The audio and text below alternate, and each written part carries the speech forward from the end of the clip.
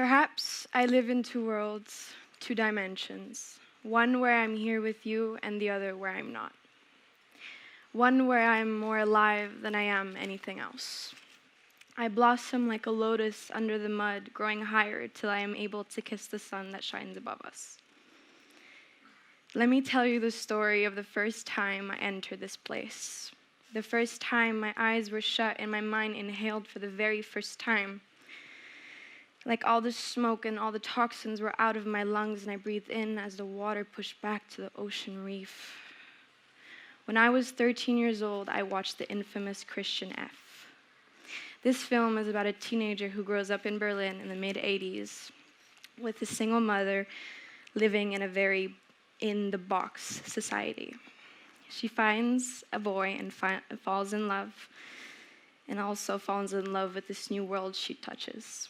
She starts going out, meeting new people, discovering sexuality, and finally, she finds herself spiraling into a well of heroin addiction. You see, this film is not a happily ever after one. However, the best films never are. There was darkness in this film. There was so much darkness and pain. However, there was a light that shined even stronger than the reflection of the darkness itself. You see, I found peace in the dark, for there is no white if there is no black. Even though there was almost nothing I could relate myself to Christian, I really believed there was. Perhaps it was the same love we shared for David Bowie. However, there was something that was pulling me to the movie. It was as if there was a rope from me to the screen, and all there was us. Now, when I say I fell in love with this movie, I mean I fell in love in the deepest possible way. Now, never have I ever watched any typical teenager movie. However, this movie touched me in a very particular way. Now, not only did my love and passion for film and art commence, but this was the very first time I felt this feeling from the top of my head down to my toes, hugging every inch of my body. You see, I wanted to feel this way for every second of every day. I was addicted. I was addicted to this place, and I wanted to go back so badly. I soon realized that this wasn't the only gateway to this place I speak about. For I entered in the weirdest and randomest ways. If I listed every single thing that made me feel this way, it would be never ending. I go there when I do pottery, collage making clips and music videos, taking pictures, talking to people, a special touch. You see, there are infinite ways. However, I always end up in this place. I've been dealing with anxiety for the past year of my life. And yes, at times I feel like it is all there is of me, but I know it is not. You see, this place is my savior, is not my savior, but it is my teacher, it is my guru, and I have chosen that. Yes, it is a part of me, but no, it does not define me. So this is my coping mechanism. Elephant on my chest, dear elephant, I know you are here. I feel your weight pushing against my breast and my lungs. You are sitting here as if I were a chair. I have a heart and I feel you here. Why is it that you chose to sit here? I never know when you'll leave, but I always know as soon as you lay your feet on top of me. I call you the elephant instead of anxiety because I'd rather my favorite animal instead of uncertainty. I don't blame the elephant as I know you are innocent. The three iconic trios, ironically able to kill me yet is the only reason to wake me. Passion, inspiration, and love.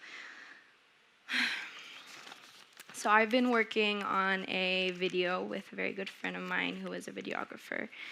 And she's been able to capture me in moments where I somehow go to this place where I speak about. And I hope you enjoy.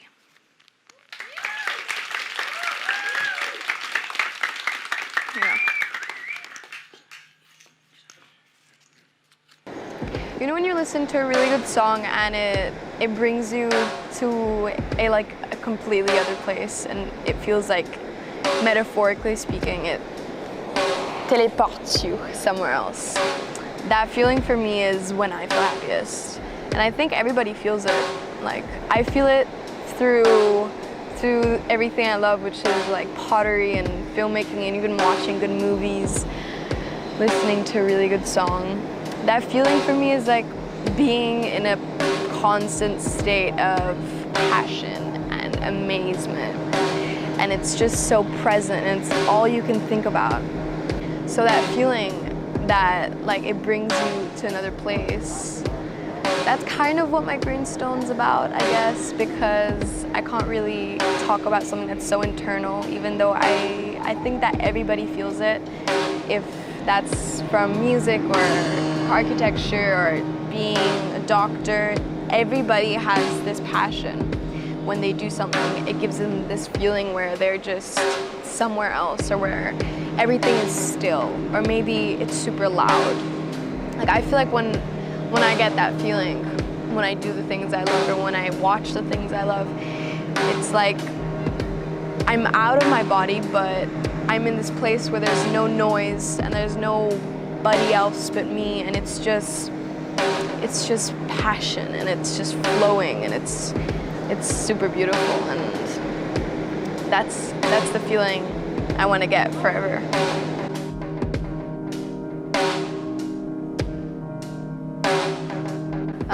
My other fear is to become a person that has empty eyes. I think you can really tell when somebody has that and when somebody doesn't. And that scares me. Another fear of mine is to become blasé, in a way where I lose my inspiration and I lose a sense of like why I wake up every morning, most mornings.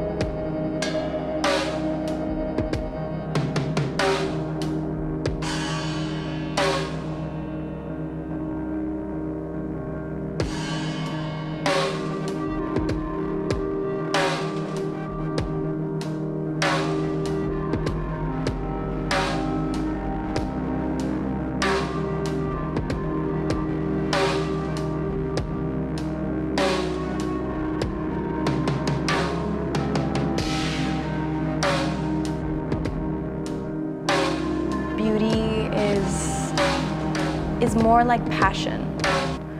It's when somebody just like amazes you with their beauty, in a way. Like, I love people who sing because I find it so beautiful. And for people who are kind, or people who are so passionate about a topic, or have somebody that loves something, is beautiful. That is beauty.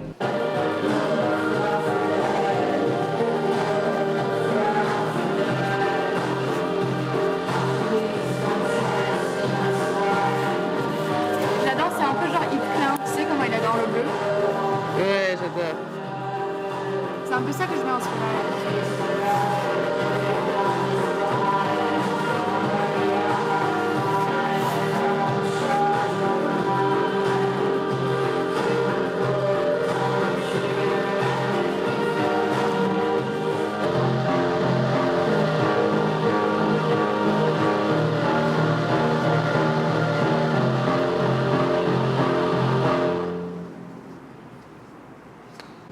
What do you love?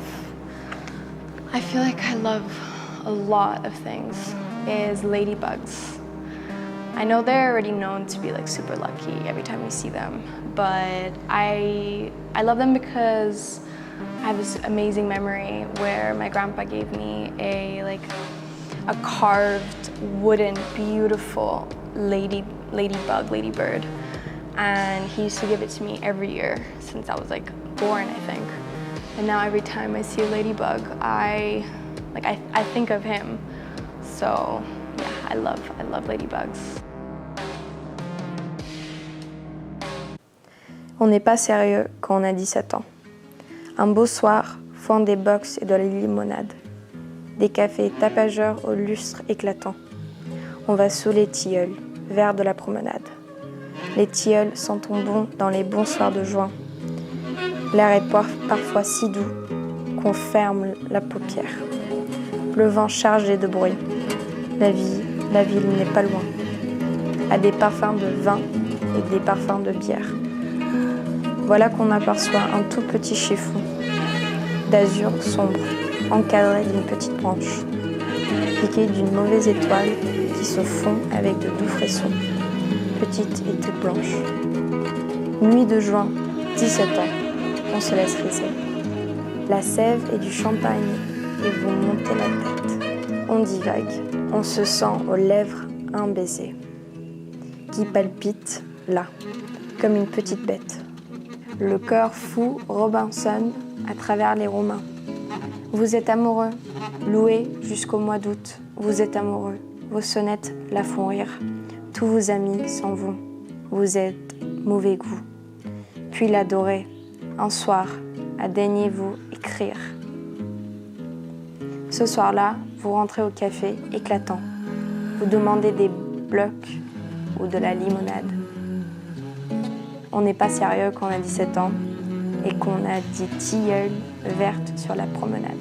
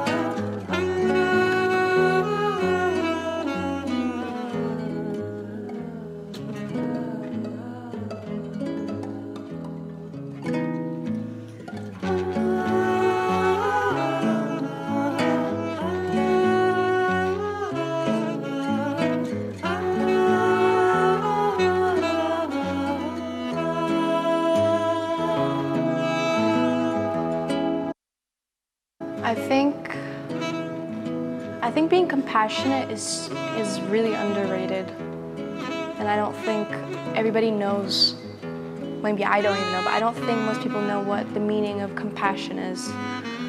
And I think to be compassionate is to put yourself out of the situation, understand somebody as like a human, and without taking the name out, like seeing somebody as what they are and who they are. I think a lot of people, like we make so much relations with people that we forget that at the end of the day we're just a human. So yeah, being compassionate is really underrated.